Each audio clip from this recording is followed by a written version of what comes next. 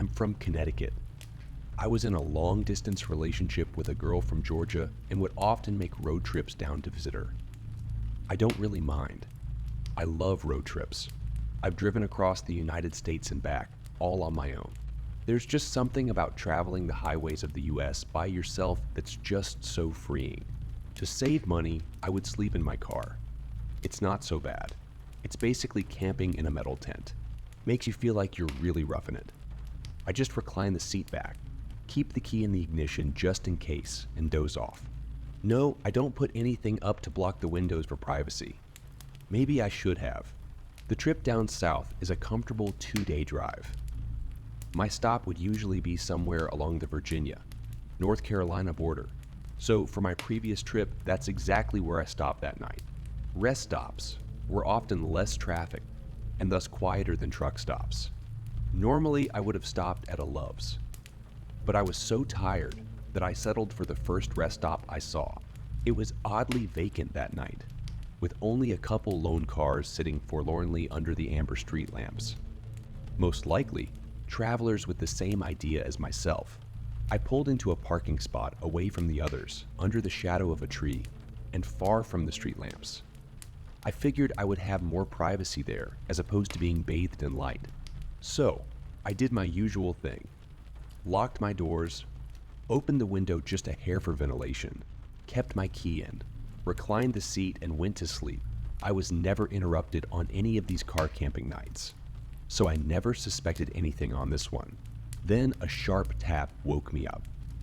At first, I thought I had heard it in my dream. I opened my eyes, a bit confused. Since I was leaning back, I was facing the ceiling and couldn't see anything. I hear another tap, like a tiny object hitting a hard surface. It came with an irregular rhythm. Was it raining? Was water dripping onto my windshield? I'm under a tree? Maybe something fell from the branches. Maybe a squirrel or a bird dropped something. What if a squirrel was climbing around my car? Or what if it wasn't an animal? The thought occurred to me that it might very well be a person poking around outside. What did they want? Were the doors locked? Yes, the keys were in the ignition. I could leave in an instant. Still, I lay there, completely still, pretending to be asleep, pretending I hadn't heard anything. I hoped whoever it was would leave me alone. It was better to not find out. I was too afraid to find out. It was better to stay here in blissful ignorance. Still, the tapping continued. I had to do something. There was no way I was just going to stay there. I had to look. My heart was pounding. In that moment, it was deafeningly loud. Whoever was out there probably hear it. I decided. I was going to look. I was going to raise my head and see what was making the noise. So that's what I did. What met my eyes sent a jolt through my entire body. Every muscle fiber locked up in pure shock at what I saw. The faint glow of the street lamps cast just enough light for me to make out what I was looking at. There in the windshield, staring directly at me, was a face. Someone who I presumed to be a woman was lying on my hood, her face pressed right up against my windshield. Her face was completely still, locked in a permanent grin. I froze in overwhelming terror. The eyes I stared into appeared to have rolled back, showing only the whites. The nose was turned up and pressed painfully into the glass. The lips stretched wide, revealing horrid, rotten teeth. Even in the darkness, I could tell her skin was sickly pale, contrasting with her long, filthy black hair. Whoever this was, she was clearly not in her right mind. I don't know how long I sat there, too afraid to move. Finally, I got a grip on myself and shot my hand into the ignition. It turned over, making in that instant the most beautiful sound I ever heard. For a split second, I was afraid I might be caught in a horror movie scenario, the one where the car won't crank as the killer approaches. I reversed as fast as I could, trying not to give this creeper time to try anything. In my panic, I remember activating the windshield wipers in a futile attempt to get her off. I thought, am I about to drive out of here with some wacko holding onto my hood? Thankfully, I didn't have to worry about that because as soon as I stopped, The woman leapt off, landing on all fours. Seeing my opportunity, I shifted into drive and gunned it, right as I saw her reaching for the driver's side door. With my foot on the gas, I sped out of the parking lot. Behind me, I heard her let out a piercing shriek like that of an animal. I looked in my rearview mirror, and for a split second, I thought I saw her chasing me, running on all fours, her black hair swinging wildly around her. I couldn't get a good look as I rounded a curve in the road leading out of the rest stop and merged with the highway. There, I picked up speed and drove through the night. I did not dare stop again until I saw the morning light.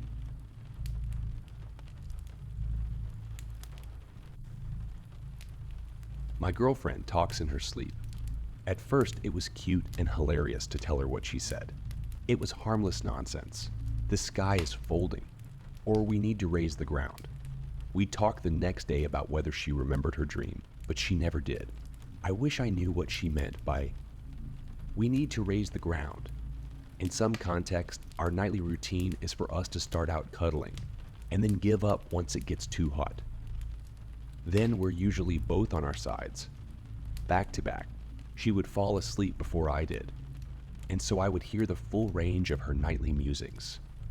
Honestly, at first I was eager to hear what she said. It was always funny to tell her and our friends what she would say while deep in the throes of REM. But now that I'm done, I'd prefer she not talk anymore. How am I going to sleep after what happened last night? Last night, around 11 p.m., she was asleep, and I was still up reading. Back to back, I hear her mumble something under her breath. I couldn't quite make out what she said, but I lean over from my book to peek at her face, and she is sleeping soundly. I return to my book and get absorbed back into its pages. At some point, I fall asleep. Next thing I know, I'm woken up by my girlfriend talking at full volume. I open my eyes, and at some point in the night, both of us have turned to lay face to face. No response. Those eyes look at me when I speak, though. They are now deadlocked, looking right into my eyes. Her breathing hasn't changed. That is sleep breathing for sure. That's when, while looking right at me, she says in a too deep voice, "Come back to bed, dearie." My girlfriend has never called me dearie before. We have pet names, sure, but they range from pumpkin, baby, to cupcake. Dearie sounds like something my grandmother would call me. I decide I'll get more information before I climb back into bed with a potentially possessed girlfriend. "Are you awake, sweetie?" No response. The eyes darted from me to the wall, the door, and then the ceiling. I say, "I'm going to get a drink of water, baby. Be right back. Can I get you anything?" I'm fully planning to run out of the house the moment I'm over the threshold. But my normally agreeable and sweet girlfriend decides I'm not allowed to leave. As serious as cancer, she says in that too deep horror voice, "Take one step out of that door and I will rip out your throat and shit down your neck." Shocked, but understanding the importance of not letting this beast know I am in trouble, I reply, as interesting a proposition as that is, "I think I'm going to."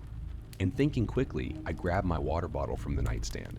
This doesn't please my girlfriend, as she decides to start screaming and fingering her way towards me. It is a supernatural scream, so high-pitched and bird-like that I feel as though my neighbors 3 houses down were going to ask us if they heard that last night. As fast as I can muster, I unscrew the lid and douse her in water, like I knew what I was doing. Her eyes closed, her garbled appendages normalized, and she was back asleep. I'm going to sleep on the couch for a while, maybe forever. She'll understand when she's awake. I was about to walk out of the room when her wide-open eyes rolled to the back of her head. The white of those eyes stands out in the dim radiance of the booklight. "No pupils in sight," she insists. Of course I'm awake.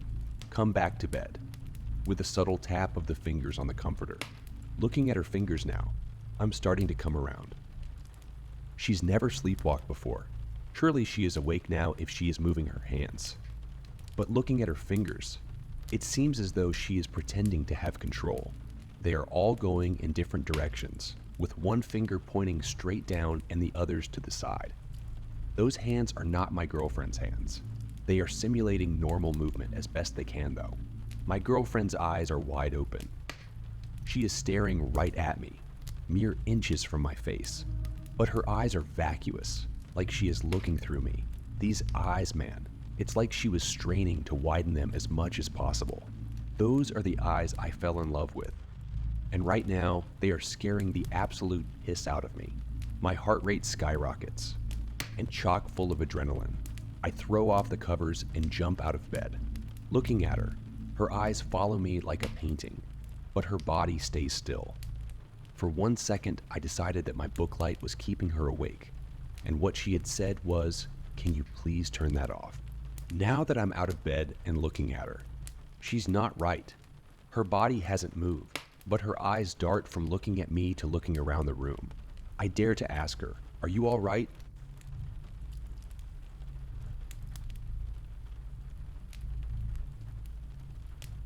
They say it takes 2 days before your cats will eat your body if you die. Well, I can tell you that it's longer than that, but not by much. I have 5 cats. Yes, 5. My fiance and I started with 1, then graduated to 3 after a friend started having allergic reactions and had to give up his 2.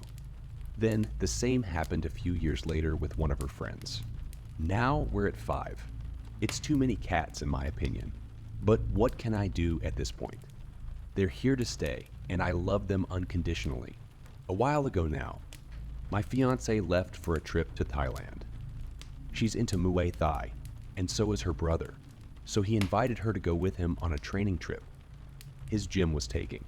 This left me home alone for a while, which, as an introvert as well as a professional writer who was currently in the midst of his second novel, was not unwelcome. I was looking forward to some valuable alone time in a distraction-free environment in which to make some progress on my writing. 3 days into her trip, I had been doing just that. Around 4 p.m., I finished my 3rd chapter in as many days. I was thrilled, but needed a change of pace as my mind was beginning to give off sparks. One of the lights in the high ceiling of our living room had gone out, so I figured I'd take this time to replace it. I went into the garage and got the ladder, then set it up under the light. I stood on the second from top step, looking up. Even though I'm tall, I could still barely reach the light.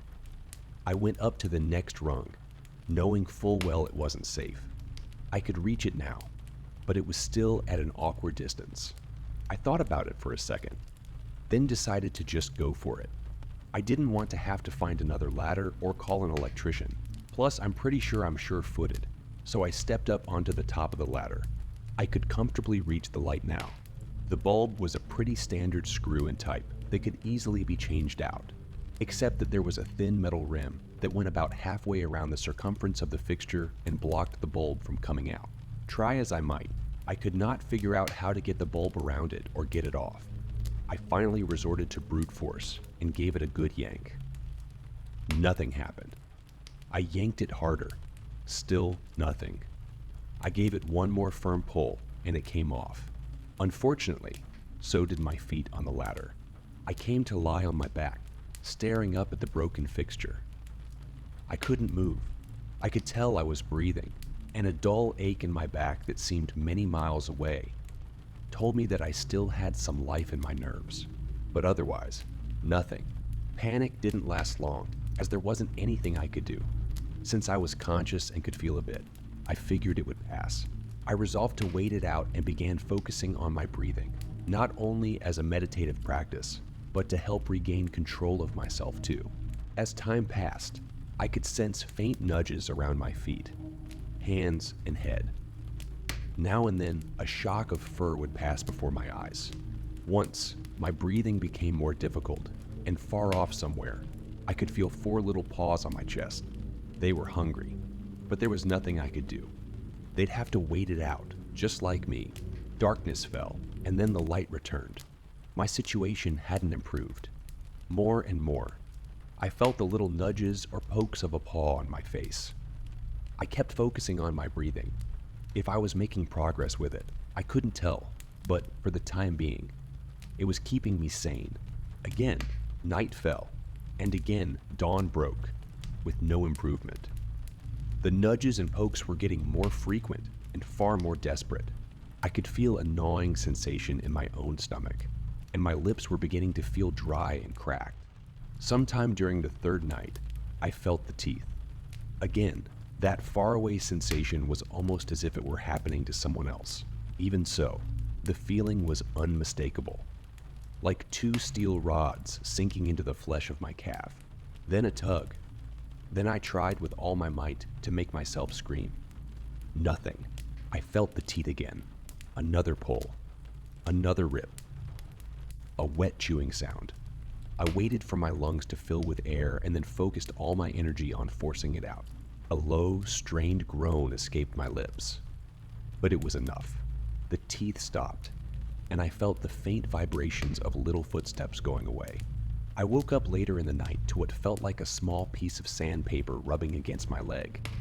Someone was licking up the blood around the wound. Again, I groaned. The licking stopped for a moment and then began once more. I tried to kick out with my leg and managed a small twitch. I heard paws run off again. It was starting to feel like a small fire was smoldering in my leg. Just embers for now, but it wasn't good.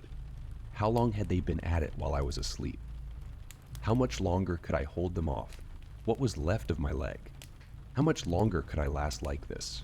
This same cycle continued for days. First, the feel of teeth in the flesh of my leg, arm, or sometimes my face next. A twitch or a groan to shake them off. Sometimes more than one set of teeth at a time. Sometimes they wouldn't leave. I could feel the wetness of blood on parts of me. I could feel the small embers of pain and infection all over. My stomach felt like it was filled with nails. My mouth was like hot sand. I was growing weak. With what was left of my sanity, I tried to count the days I'd been lying there. She must have been close to returning home. It must have been long enough that someone knew something was wrong. I had to be close to the end. It was hard to tell though, with the sensation of 5 little sets of teeth all tearing at 5 different parts of me. Concentration was in short supply. I wanted to shake them off, but I was so tired. All I wanted was to rest.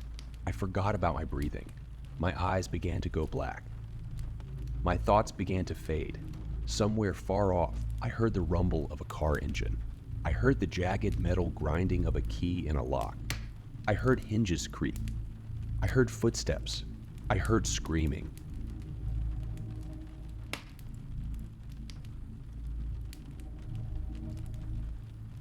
This is a throwaway account, as I want to keep this a secret from my partner. I lived alone in a small house in a small town in New Zealand, far away from the biggest city, Auckland. This all happened around 6.5 years ago, so some parts may be altered as I can't vividly remember this incident when, quite frankly, I should. This was one of the scariest incidents that had occurred in my lifetime, even until now. Well, I did what anyone else would do. I took it inside and thought it'd be smart to plug it into my computer. The device was full of pictures. In fact, nothing but pictures, dozens of them filled every tiny space the USB drive could hold. I then opened the first picture and clicked through all of them in order. The first few were just shots from around town. General places that I recognized and pass through sometimes when I take my morning stroll around the park. The fourth image was taken on our town's busiest street. In the image, the street was full of people, but there was somebody in it that caught my attention immediately. Me. The image showed me in the crowd, just minding my own business, buying groceries for my barbecue a day ago. Well, at first I thought this was a small town. Was it just a coincidence that I was in the picture? The fifth image had been taken on the same day. Again, it was taken in our town. Again, I was in it. The photographer was closer to me this time. A little too close, I thought. Whoever had taken these pictures of me, I hadn't noticed them at that time. Next came several more pictures of me in various locations around town. Then something more chilling. A photo of a house, my house. It was nighttime in that image, and the living room light was on. I clicked through to the next image. It was another image of my house, this time taken even closer. Through the living room window, you could see me sitting on the couch with my phone. I could tell from the clothes I was wearing that they had been taken the night before, right after I'd taken a shower. I had no idea somebody had been outside watching me. I kept clicking through the images on the drive. Photo after photo of me inside my house, taken from just outside my window. Because it was so light inside and so dark outside, I was totally unable to see that somebody was watching me from out there. I couldn't see them, but they could see me clear as day. They didn't even need to use the camera light. After 20 or so pictures of me just inside my house, there came a real curveball, an image taken from inside my hallway.